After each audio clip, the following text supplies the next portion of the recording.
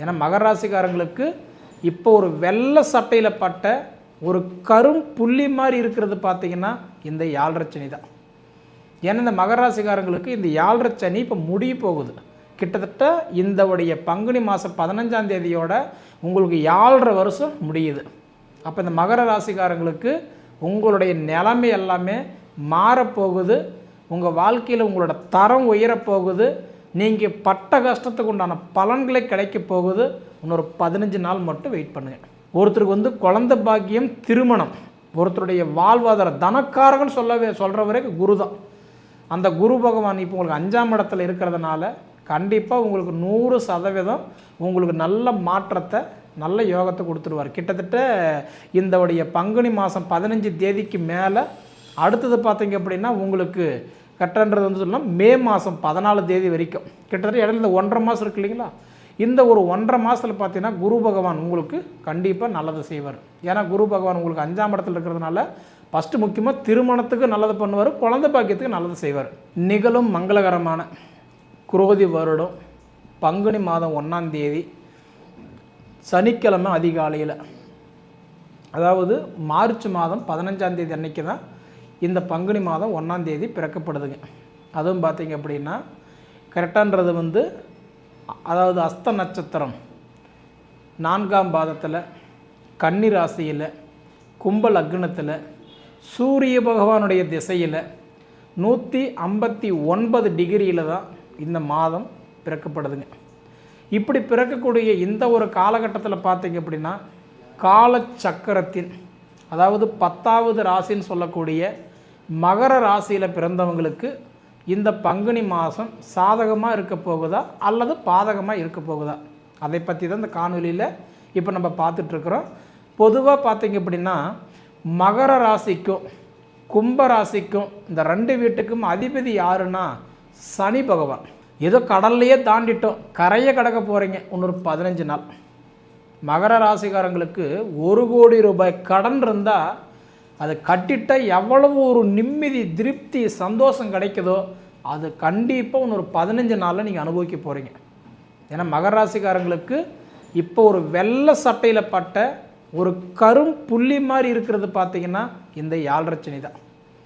ஏன்னா இந்த மகர ராசிக்காரங்களுக்கு இந்த 7.5 சனி இப்போ முடிய போகுது.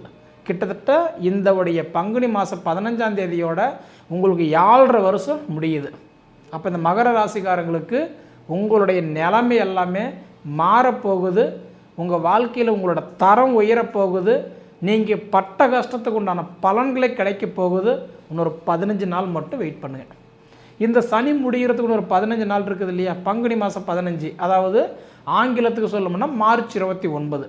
அது வரைக்கும் நீர், நெருப்பு, எண்ணெய், தண்ணி, வண்டி, வாகனம், போகு வழி வரு வழி, குடுக்கல் வாங்கல கொஞ்சம் கவனமாக இருங்க. ஏன்னா எப்பயுமே சனி பகவான் நமக்கு நடக்கும்போது விட அது முடியும் போது தான் ஒரு சில சோதனையெல்லாம் கொடுத்து பார்ப்பார். சரிங்களா, அதுதான் முன்னோர்கள் சொல்லுவாங்க, காக்கா உட்காந்ததுக்கும் பணமலை விழுந்ததுக்கும் கரெக்டாக போச்சு, சனி போகிற போக்கில் ஏதோ ஒன்று கொடுத்துட்டு போயிட்டேன்டா அப்படின்னு சொல்லுவாங்க. அதனால் மகர ராசிக்காரங்களுக்கு இந்த மார்ச் 29 வரைக்கும் கொஞ்சம் கவனமாக இருங்க. சரிங்களா. அதே மாதிரி பார்த்தீங்கன்னா இதுக்கு முன்னாடி நீங்கள் எங்கே போய் கேட்டிருந்தாலும் சொல்கிற வார்த்தை ஒன்று தான், மகர ராசிக்கு 7.5 சனி சரியில்லை, அது பண்ணாதீங்க, இது பண்ணாதீங்க, இது பண்ணாதீங்க, அது பண்ணாதீங்க. இந்த வார்த்தை சொல்லி சொல்லி கேட்டு கேட்டு கேட்டு கேட்டு பார்த்தா உங்களோட மூளையே முடங்கி போய் உக்காந்துட்டீங்க. நல்லா, அதாவது உங்கள் வாழ்க்கையில் எந்த ஒரு ஒரு கஷ்டம் இல்லாத, எந்த ஒரு தொந்தரவு இல்லாமல் ஜாலியாக மைனர் ஜாலி, மனுப்பரசு காலியை நல்லா சுற்றிக்கிட்டு இருந்த மகர ராசிக்காரங்களுக்கெல்லாம் பார்த்தீங்கன்னா இன்றைக்கி பார்த்தீங்கன்னா மண்ணை தொட்ட நஷ்டம், மனையை தொட்ட நஷ்டம், பொண்ணை தொட்ட நஷ்டம், பொருளை தொட்ட நஷ்டம். சரி ரைட், இதெல்லாம் முடிஞ்சு போச்சு. இதுக்கு மேலே எனக்கு எப்படி தான் சாமி நேரம் இருக்கும் அப்படி பார்த்தீங்கன்னா உங்களுக்கு இந்த பங்குனி மாதம் 15 தேதிக்கு மேலே உங்களோட தொழில் நல்லா இருக்க போகுது, உங்கள் நேர காலம் நல்லாயிருக்கும். சரிங்களா. இதுக்கு முன்னாடி நிறைய பேர் காதல் தோல்வி, கடன் பிரச்சனை, கெட்ட பேர், அவமானம் இதெல்லாம் சந்திச்சிருந்தாலும் இதுக்கு மேலே அதாவதுன்றது உங்களுக்கு மாங்கல்ய யோகம் அப்படின்றது கண்டிப்பாக உங்களுக்கு ஏற்படும். ஏன்னா உங்கள் வீட்டுக்கு அதிபதி 2ஆம் இடத்துல இருந்து அடுத்தது 3வது வீட்டுக்கு போகிறாரு. 2ஆம் இடம்ன்றது தனஸ்தானம், குடும்பஸ்தானம், கல்விஸ்தானம். அப்போ படிப்பு கெடுத்துருக்கும். நிறைய மகர ராசிக்காரர்களுக்கு பாரு நல்லா படிச்சுட்டு இருப்பாங்க, மைண்டில் யாராவது எதிர்பார்த்த விட மார்க் கம்மியாக வந்திருக்கும். அப்போ இதுக்கு மேலே படிப்பு உங்களுக்கு நல்லாயிருக்கும். அதே மாதிரி குடும்பத்தில் சனி இருந்தால் கணவன் மனைவிக்குள்ளார கீரியும் பாம்பு. படுக்கும்போது இருக்கிற நிம்மதி எந்திரிக்கும் போது இல்லை, காசு பணம் இல்லாத போது இருக்கிற நிம்மதி காசு பணம் இருக்கும்போது இல்லை. ஒரு கோயிலுக்கு கல்யாணம் நல்லது கெட்டதுக்கு போகலாம்னா அப்போ தான் பிரச்சனையே வரும். ஒருத்தருக்கு குழந்தை பாக்கியம், திருமணம், ஒருத்தருடைய வாழ்வாதார தனக்காரகன் சொல்கிற வரைக்கும் குரு தான். அந்த குரு பகவான் இப்போ உங்களுக்கு 5ஆம் இடத்துல இருக்கிறதுனால கண்டிப்பாக உங்களுக்கு 100% உங்களுக்கு நல்ல மாற்றத்தை, நல்ல யோகத்தை கொடுத்துருவார். கிட்டத்தட்ட இந்தவுடைய பங்குனி மாதம் 15 தேதிக்கு மேலே அடுத்தது பார்த்தீங்க அப்படின்னா உங்களுக்கு கட்டன்றது சொல்லலாம் மே மாதம் 14 தேதி வரைக்கும். கிட்டத்தட்ட இடையில இந்த 1.5 மாதம் இருக்கு இல்லைங்களா, இந்த ஒரு 1.5 மாதத்தில் பார்த்தீங்கன்னா குரு பகவான் உங்களுக்கு கண்டிப்பாக நல்லது செய்வார். ஏன்னா குரு பகவான் உங்களுக்கு 5ஆம் இடத்துல இருக்கிறதுனால ஃபஸ்ட்டு முக்கியமாக திருமணத்துக்கு நல்லது பண்ணுவார், குழந்தை பாக்கியத்துக்கு நல்லது செய்வார். சரிங்களா? அதே மாதிரி பார்த்தீங்க அப்படின்னா உங்களுக்கு 4ஆம் இடம் சுகஸ்தானத்துக்கும் 11ஆம் இடம் லாபஸ்தானத்துக்கும் அதிபதி யாருன்னா செவ்வாய் இப்போ 6ஆம் இடத்துல இருக்கிறார். அதனால் பார்த்தீங்கன்னா மேக்சிமம் அதாவது இந்த மகர ராசியில் பிறந்த ஆண்களுக்கு பார்த்தீங்கன்னா தொழில் ரீதியான சில சப்போர்ட் எல்லாம் பண்ணுவார், மறைமுகமாக சப்போர்ட் பண்ணுவார். சரிங்களா? அதாவது ஆன்லைன் பிஸ்னஸ் பண்ணுறவங்களுக்கு, ரெண்டாவது பணம் முதலீடு போட்டு ஒரு காரியத்தை பண்ணிகிட்ருக்கிறவங்களுக்கு மட்டும் கொஞ்சம் ஜாக்கிரதையாக இருந்தால் போதும். ஏன்னா ஆன்லைன் பிஸ்னஸ் அப்படின்னா கண்டிப்பாக சின்ன சின்ன ஒரு குழப்பங்கள், சின்ன சின்ன தடைகள் அப்பப்போ வரத்துக்கு வாய்ப்பு இருக்குது. கொஞ்சம் கவனமாக பார்த்துக்கணும். அதே மாதிரி பார்த்தீங்க அப்படின்னா 5ஆம் இடம் உங்களுக்கு புத்திர ஸ்தானத்துக்கு அதிபதியும் 10ஆம் இடம் தொழில் ஸ்தானத்துக்கு அதிபதியும் யாருன்னு பார்த்தீங்கன்னா சுக்கிரன். அவர் 3ஆம் இடத்துல தைரியஸ்தானத்தில் உச்சமடைஞ்சு உட்காந்துருக்கக்கூடிய காலகட்டம் நிச்சயமாக. அதாவது பார்த்தீங்கன்னா உங்களுக்கு புத்திர செல்வம், ஏன்னா 5ஆம் இடத்துக்கு அதிபதி உச்சமாக இருக்கிறார் இல்லையா, அதனால் குழந்தை பாக்கியம் கண்டிப்பாக நல்லாயிருக்கும். 10ஆம் இடம் சொந்த தொழில் செய்துட்ருக்கிறவங்களுக்கு சொந்தமாக இன்னும் இன்க்ரீஸ் பண்ணலாம், இன்னும் சிறுசு பெருசு பண்ணலாம், அதாவது இன்னும் 4 பேருன்றது இன்னொரு 4 பேர் வச்சு வேலை செய்யலாம். இந்த மாதிரி எதிர்பார்க்குறவங்களுக்கு கிட்டத்தட்ட நான் சொல்கிற மாதிரி இந்த மார்ச் 29 வரைக்கும் மட்டும் கொஞ்சம் வெயிட் பண்ணுங்கள். கல்யாணம் மாதிரிலாம் நினைக்கிறீங்களா, வீடு கட்டலாம் நினைக்கிறீங்களா, வீடு ஆல்ட்ரேஷன் பண்ணலாம் நினைக்கிறீங்களா, இந்த மாதிரி சுபகாரியம் பண்ணுறவங்களாக இருந்தால் நீங்கள் யார்கிட்டும் கேட்க வேண்டாம், தாராளமாக நீங்கள் பண்ணலாம். சரிங்களா? அதை தவிர எதிர்பார்ப்பு, அரசியலுக்கு செலவு பண்ணுறேன், வெளிநாடு போகிறதுக்கு பணம் கட்டுறேன், கவர்மெண்ட் வேலைக்கு பணம் கட்டுறேன், மேல் படிப்புக்கு நான் பணம் கட்டுறேன், இந்த மாதிரி பார்த்தா வட்டிக்கு பணம் கொடுக்குறேன், கூட்டு பிஸ்னஸ் பண்ணுறேன் அப்படின்னு எதிர்பார்ப்பாக இருந்தீங்கன்னா, ஏன் ஒரு கிணறு வெட்டுறேன், போர் போடுறேன், வண்டி எடுக்கிறேன், வண்டி வாங்கி ஓட்டி சம்பாரிச்சலான் இருக்கிறேன், இந்த மாதிரி நினச்சிங்கன்னா இப்போ வேண்டாம். ஏன்னா சனி நமக்கு முடிகிற ஸ்டேஜில் இருக்குது. கொஞ்சம் பொறுமையாக கவனமாக இருக்கிறது கண்டிப்பாக நல்லதுங்க. சரிங்களா? அதே மாதிரி பார்த்தீங்க அப்படின்னா 6ஆம் இடத்துக்கும் 9ஆம் இடத்துக்கும் அதிபதி புதன் பகவான். இப்போ பொதுவாக புதன் பகவான் மீன ராசியில் போய் நீச்சம் அடைஞ்சிட்டார். நீச்சம் அடைஞ்சக்காரங்க வேலை செய்யாது. ஆனால் இருந்தாலும் இந்த பங்குனி மாதம் 2ஆம் தேதி அவர் வக்ரம் அடைகிறார்.